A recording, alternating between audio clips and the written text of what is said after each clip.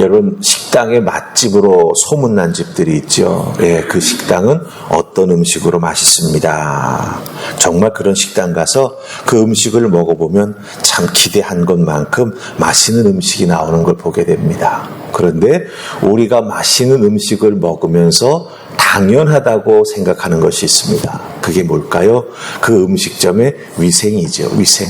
음식을 만들 때 깨끗하고 아주 위생적으로 만든다라고 하는 건 기본 중에 기본이라고 하는 거죠. 네. 그 기본 위에 음식을 만드는 맛이 더해질 때 맛집으로 소문나게 되고요. 맛있는 음식 먹고 건강해질 수 있다라고 하는 거예요. 위생적인 상태에서 만들어진 음식, 정말 얼마나 맛있겠습니까? 또 그 음식을 먹고 힘을 얻을 수 있다면 얼마나 더 좋겠습니까? 그런데 비위생적인 상태에서 만들어진 음식을 먹고 잘못해서 탈이라도 난다면 아마 큰일이 되겠죠. 내 돈 내고 음식 먹었는데 그 음식이 비위생적이어서 병까지 났다. 참으로 많이 억울할 것 같습니다.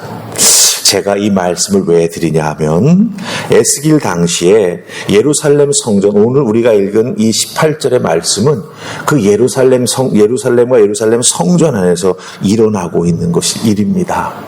성전은 어떤 곳입니까? 하나님 앞에 제사 드리는 것이죠. 그런데 예루살렘 성전 겉으로 드러나는 부분에는 제사를 이스라엘 백성들이 잘 드리는 것 같지만 예루살렘 성전 안 곳곳은 하나님 앞에 정결한 모습, 깨끗한 모습, 하나님이 기뻐 받으시는 모습이 아니었다라고 하는 것이죠. 성전 곳곳에서 절대로 일어나서는 안 되는 더럽고 가증스러운 우상 숭배가 성전 안에서 자행되고 있었다라고 하는 거예요. 성전에서 하나님 대신 우상 숭배가 일어납니다. 여러분들, 성전 안에서 하나님을 예배하는 것인데 그것만 해야 되는 것인데 그 안에서 우상 숭배, 하나님 아닌 우상에게 절하고 우상을 섬기는 일이 일어나고 있다고 하는 거예요. 여러분, 그 결과가 뭐라고 생각하십니까? 하나님을 예배해야 되는 곳에서 하나님 예배하는 것 아닌 하나님이 가장 싫어하시는 것을 하고 있다. 그럼 그 결과가 무엇이 될까요? 하나님은 그 성전 자체를 무너뜨리십니다. 잘못됐다 지적도 하시고 가르쳐 주시기도 하지만 그것에 순종하지 않을 때 결국 하나님은 그 성전을 무너뜨리신다라고 하는 거죠. 예루살렘 성전이 바로 이런 원인으로 무너졌다라고 하는 것입니다. 자, 그렇다고 한다면 우리들이 하나님의 교회, 우리 교회에서 신앙생활에 나아가고 있지 않습니까? 이 교회가 하나님을 바르게 예배하고 믿음의 성도들이 하나님께 영광 돌리는 귀한 믿음의 삶을 바로 살아가야 된다라고 하는 거죠. 그런 관점에서 오늘 말씀 속에서 우리 성도들이 신앙생활에 나아가며 절대로 배우지 말아야 되고 따라가지 말아야 될 모습이 있습니다. 그것을 살피면서 나 자신의 삶과 신앙을 돌아보고 하나님 앞에 제가 절대로 이런 것 하지 않는 성도 되겠습니다. 결심하는 모습이 있기를 주님의 이름으로 부탁을 드리면서 우리 말씀 보십시다. 우리 2절 말씀입니다. 2절입니다. 다 찾으셨습니까? 같이 읽습니다. 자, 시작. 내가 보니 불같은 형상이 있더라. 그 허리 아래의 모양은 불같고 허리 위에는 광채가 나서 단새 같은데. 아멘. 에스겔에게 하나님의 권능이 찾아옵니다. 1절에 보면 그렇게 되어 있죠. 하나님의 권능이 나에게 내리기 시작했다. 그러면서 그 권능의 하나님을 보니 그 하나님의 권능의 모습이 이러이러하다라고 2절에서 말합니다. 불 같은데 허리 아래의 모습은 불 같고 허리 위에는 광채가 나는 아주 그냥 확 갈궈진 쇠와 같다라고 하는 뜻입니다. 그런 모습의 하나님의 형상을 보게 된다라고 하는 것이죠. 여러분들 근데 성경을 보면은요, 하나님께서 하나님의 백성들에게 나타나서 하나님의 모습을 보여주실 때 이렇게 늘 에스겔에게 보여주시는 것처럼 아래는 불 같고 위는 달궈진 새 같은 모습으로만 나타나시지 않습니다. 즉 무슨 뜻입니까? 하나님은 단 한 가지 어떤 형상으로 묘사할 수 있는 그런 분이 아니라고 하는 거예요. 아브라함에게는요, 하나님께서 찾아오실 때 사람의 모습으로 찾아오셨습니다. 모세에게는요, 불타는 가시 떨기 나무 위에서 모세를 만나 주셨습니다. 이렇게 여러 가지 모습으로 하나님은 하나님의 사람들을 찾아오셔서 하나님의 모습을 보여주신다라고 하는 거예요. 그런데 하나님이 에스겔에게는 불같은 형상으로 나타나셨습니다. 거기에는 이유가 있기 때문이지요. 그 이유가 무엇이겠습니까? 이스라엘 백성들이 하나님을 예배해야 되는 그 예루살렘 성전에서 우상 숭배의 죄악을 범하고 있다라고 하는 거예요. 그렇기 때문에 그 우상 숭배하는 그 제단을 다 무너뜨리겠다라고 하는 그런 모습으로, 그래서 불 같고 또 달궈진 쇠와 같은 모습으로 거기에 나타나 보여주셨다라고 하는 거예요. 심판하시는 분임을 분명하게 보여주시기 위해서 이렇게 하나님은 에스겔에게 하나님의 권위 있는 모습을 보여주고 계시다라고 하는 것입니다. 여러분, 여기에서 우리가 신앙생활에 나아가는 하나님의 사람, 하나님의 자녀로서 깊이 생각해 봐야 될 부분이 있습니다. 그것이 무엇이겠습니까? 바로 내 자신의 신앙생활에 이 모습을 어떻게 적용해야 될까라고 하는 것이죠. 하나님의 형상. 하나님의 형상을 우리가 때로는 신앙생활하면서 볼 때가 있습니다. 체험할 때가 있습니다. 하나님의 말씀을 읽는데 거기에 나타난 하나님의 모습이 마치 나를 위한 하나님의 모습인 것 같습니다. 그럴 때 하나님의 형상은 바로 나의 영적 태도, 나의 신앙생활하는 모습과 깊은 관계가 있다라고 하는 것을 우리가 꼭 기억해야 된다라고 하는 거죠. 나에게 찾아오신 하나님의 모습. 그 하나님의 모습은 나의 영적 태도, 나의 신앙생활하는 모습과 깊이 관계가 있다. 내가 늘 겸손하게 하나님의 은혜를 구하며 신앙생활에 나아갈 때 하나님은 정말 자상한 아버지와 같이 우리를 찾아오셔서 위로해 주시고 우리를 붙잡아 세워주시죠.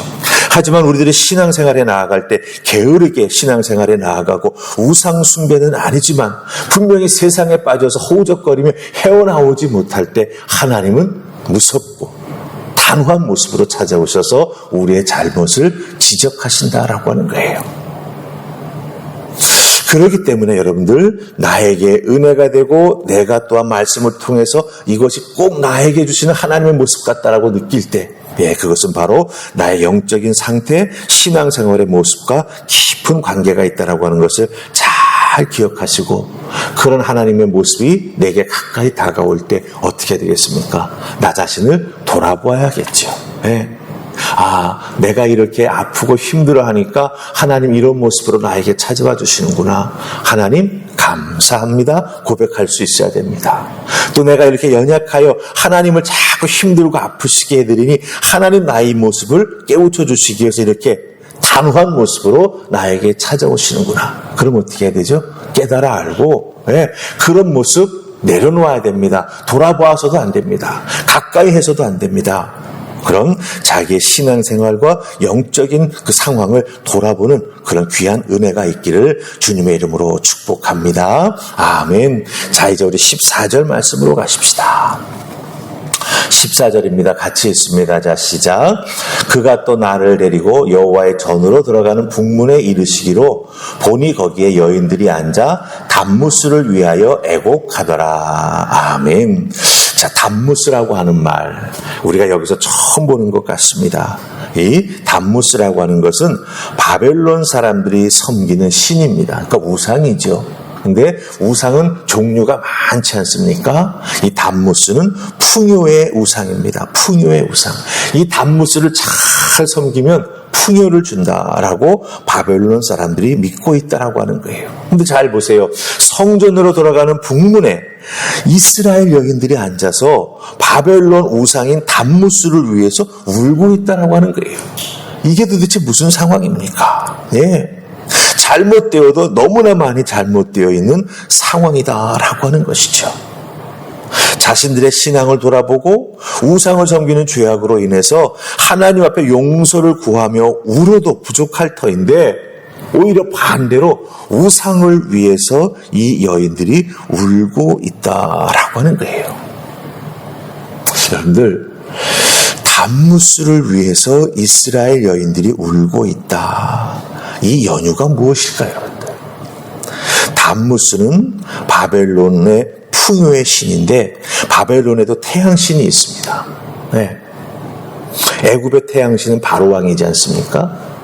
그것처럼 바벨론에도 태양신이 있는데 그 이름이 뭐냐면 사마슈라고 하는 태양신이 있는데 이 사마슈라고 하는 태양신이 이 담무스가 마음에 들지 않는다고 죽여버립니다. 그러자 그 담무스의 아내가 우는데 지금 이스라엘 여인들이 울고 있지 않습니까? 그건 무슨 뜻이죠? 담무스의 아내의 역할을 이스라엘 여인들이 자처해가지고 애곡하고 있는 거예요. 참 어처구니가 없습니다. 하나님 앞에서 하나님 말씀으로 자기의 죄를 깨달아 알고 눈물 한 방울 흘리지 않는 사람들이 누구죠? 이스라엘 백성들이에요. 네. 하나님의 말씀을 이방인들보다도 더 지키지 않는 사람들이 누굽니까? 이스라엘 백성들이에요. 그런데 담무스라고 하는 바벨론의 풍요의 신이 죽었다고 아내를 자처하면서 그를 위해서 애곡하고 울고 있다라고 하는 것입니다. 여러분들, 여기서 우리가 잘 살피면서 나의 신앙생활에 적용할 것이 있습니다. 우리가 신앙생활하면서 때로는 눈물을 흘릴 때가 있지요. 여러분들, 그렇죠? 예. 눈물을 흘린다고 할 때 그 눈물이 다 똑같은 이유에서 흘리는 눈물은 아닐 것입니다. 기뻐서 흘리는 눈물도 있고 아프고 슬퍼서 흘리는 눈물도 있습니다. 그런데 우리 믿음의 사람들에게 있어서는 이 눈물을 잘 분별할 필요가 있습니다. 헛된 눈물을 흘릴 때가 있어요. 예. 자기 신세 타령하면서, 남을 원망하면서, 또 누군가 자기 자신을 비교하면서 왜 나는 저렇게 못되지? 여러분들, 그런 눈물은 사실은 의미 없는 눈물이에요. 왜? 하나님께서 우리들을 세우시고 하나님의 자녀 삼으시고 하나님의 자녀의 모든 권세를 우리에게 주셨는데 왜 자꾸 다른 사람과 비교하면서 웁니까? 그거는 사실은 하나님을 온전히 깨달아 알지 못하고 하나님을 온전히 붙잡지 못하는 부족한 믿음에서 흘리는 눈물이 된다고 하는 거예요. 그렇기 때문에 여러분들, 우리들이 눈물을 흘릴 때에도 눈물을 흘리는 이유가 무엇인지 잘 분별할 수 있어야 됩니다. 헛된 이유로, 잘못된 이유로 눈물을 흘릴 때 그것은 여러분의 감정의 소모에 지나지 않습니다. 그렇기 때문에 여러분들, 우리가 흘릴 눈물은 무엇입니까? 자기의 죄 때문에. 그렇죠? 분명히 이것 때문에 하나님 앞에 회개했는데 또 그것을 반복하는 나의 모습을 본다면 당연히 애곡해야겠죠. 가슴을 치며 눈물 흘리며 하나님 앞에 용서를 구하고 다시는 이런 죄를 범하지 않도록 성령 하나님 나를 좀 지켜달라고, 그런 상황에 내가 빠지지 아니하도록 성령 하나님 내 심령을 좀 지켜달라고 눈물로 가슴 치며 울며 회개하는 우리가 되어야 할 것입니다. 사명을 위해서, 교회의 부흥을 위해서 하나님, 썩어져가는 하나님의 미랄 되겠습니다. 눈물 흘리며 기도하는 우리가 되어야 할 줄 압니다. 여러분의 눈물 참으로 귀한 눈물입니다. 그러기에 그 눈물의 가치를 아시고 정말 그 눈물을 흘리며 내가 기도해야 될 때, 눈물을 흘리며 아버지 앞에 나아가야 될 때를 잘 분별하여서 하나님 앞에 헛된 눈물 흘리지 마시고 감사의 눈물, 사명의 눈물, 소망의 눈물로 나아가는 여러분들 다 되실 수 있기를 주님의 이름으로 축복합니다. 아멘. 우리 기도하십시다. 좋으신 하나님, 은혜 감사합니다. 오늘 주신 이 새벽의 말씀 잘 기억하게 하여 주시옵소서. 우리들이 신앙생활에 나아간다라고 하지만 하나님을 기쁘시게 해드리지 못하는 안타까운 우리들의 모습이 있습니다. 특별히 하나님께서 우리에게 찾아오셔서 은혜 베풀어 주실 때 나에게 보여지는, 나에게 깨달아지는 하나님의 모습, 하나님의 마음이 있습니다. 그것은 바로 지금의 나의 신앙 상태와 깊은 연관관계가 있다라고 하는 것 잘 기억하게 하셔서 은혜 주실 때마다 돌아보게 하시고 은혜 주실 때마다 다시 한번 하나님의 모습을 닮아 나아가기 위해 믿음으로 한 발자국 더 가까이 나아가는 우리 모두가 되게 하여 주시옵소서. 오늘도 지키신 하나님의 은혜를 허락해 주시기에 하나님, 세상에서 주시는 기쁨이 아닌 세상에서 믿음으로 세상을 싸워 이겨나가는 우리 모두가 될 수 있도록 우리를 붙잡아 주시고 하나님 앞에 흘리는 눈물, 귀한 보배와 같은 눈물 낼 수 있도록 도와주시옵소서. 감사하옵고 예수님 이름으로 기도하옵나이다. 아멘.